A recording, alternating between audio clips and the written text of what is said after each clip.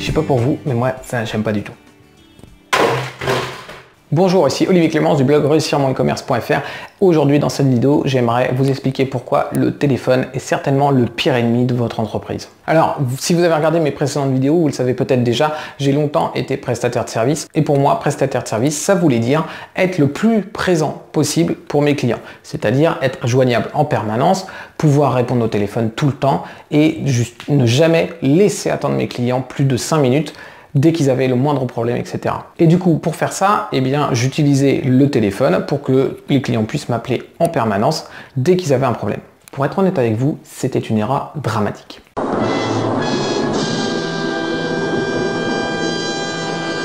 Alors pourquoi c'est si mauvais d'utiliser le téléphone? Eh bien, je vais vous donner 6 raisons qui font que pour moi, le téléphone est vraiment l'outil le moins productif possible. Première raison, lorsque vous allez appeler quelqu'un, il y a très peu de chances que cette personne soit gentiment en train d'attendre votre coup de fil. Elle est forcément occupée à autre chose. Donc quand vous allez la voir au téléphone, vous allez 1. La déranger et 2. Elle ne sera absolument pas concentrée. Il va lui falloir un certain temps pour se concentrer et savoir de quoi on lui parle. Il va falloir qu'elle se rappelle qui vous êtes parce que à moins que vous appeliez quelqu'un avec qui vous êtes tout le temps au téléphone, il y a des chances que la personne ne sache plus qui vous êtes. Donc il va falloir qu'elle se remémore qui vous êtes. Il va donc falloir que vous lui expliquiez que vous êtes telle personne de telle entreprise et vous l'appelez pour telle raison. Il va falloir qu'elle se rappelle pourquoi vous l'appelez, quelles sont les choses qu'elle devait faire pour vous, etc., etc. Donc il y a toute une étape où il faut se reconcentrer.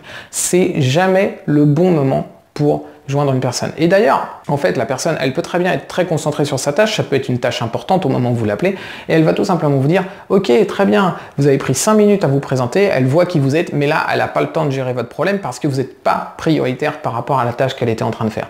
Du coup, elle va vous dire, il n'y a pas de problème, rappelez-moi plus tard.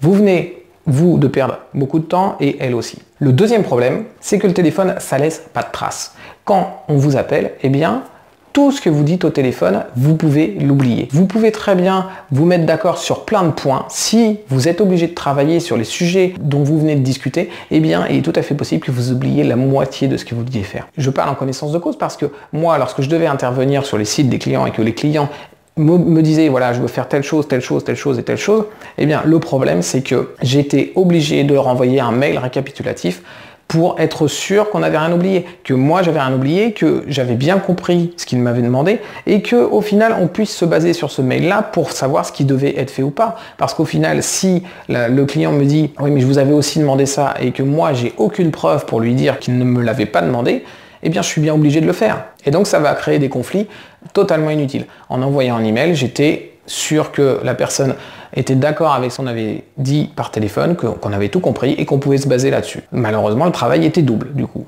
Ça ne servait absolument à rien de se téléphoner si de toute façon il fallait s'envoyer un email après. Le troisième problème, c'est que les conversations téléphoniques sont souvent incomplète. Est-ce que ça vous est déjà arrivé d'appeler quelqu'un pour une raison et qu'elle vous parle d'autre chose, vous partez dans la discussion, vous échangez et au final, quand vous raccrochez, vous dites « j'ai complètement oublié de lui dire ce que je voulais lui dire au départ quand je l'ai appelé ». C'est arrivé à tout le monde et lorsque vous êtes en entreprise, vous appelez parfois des gens avec 4, 5 ou 6 points à discuter. Et le problème, c'est que quand vous allez commencer à détailler le premier point, le deuxième et le troisième point, vous allez certainement partir dans des digressions et vous allez oublier le point 4 et le point 5. Ou peut-être que quand vous allez parler du point 2, ça va vous faire penser à quelque chose du point 4. Donc vous allez sauter le point 3 et vous n'allez plus y revenir. Ça fait partie des problèmes qui sont dramatiques. Et là encore, la seule solution, ça va être d'envoyer un email derrière pour récapituler et être sûr que rien n'a été oublié. Le quatrième problème, c'est qu'une conversation téléphonique n'est pas structurée. Je viens à peu près de le dire en fait dans le point précédent, c'est que vous pouvez très bien sauter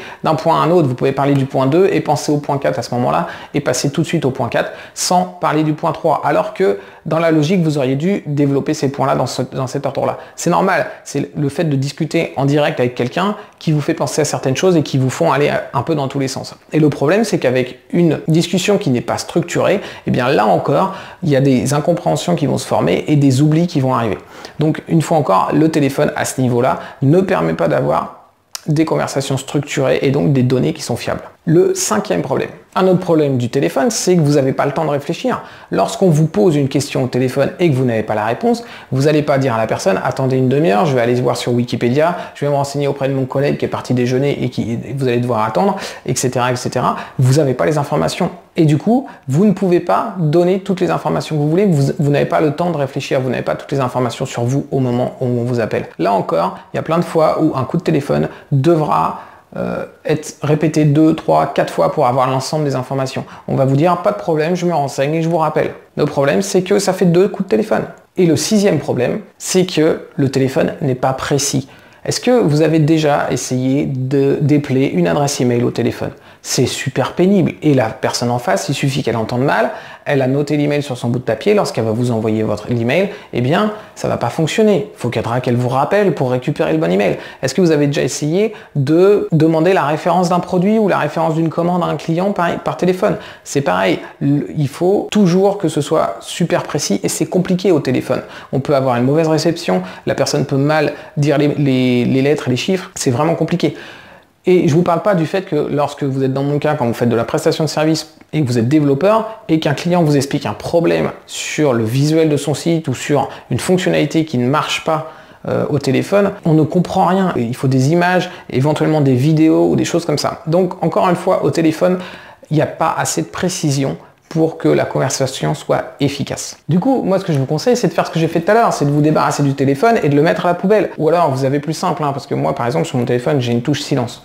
Donc du coup, ça m'évite de le jeter. Alors vous allez me dire, c'est bien gentil, mais qu'est-ce que je fais si j'ai plus de téléphone pour discuter avec mes clients? Eh bien en fait, il y a une solution de remplacement, c'est l'email. J'en ai déjà parlé. L'email résout tous les problèmes que j'ai évoqués juste avant.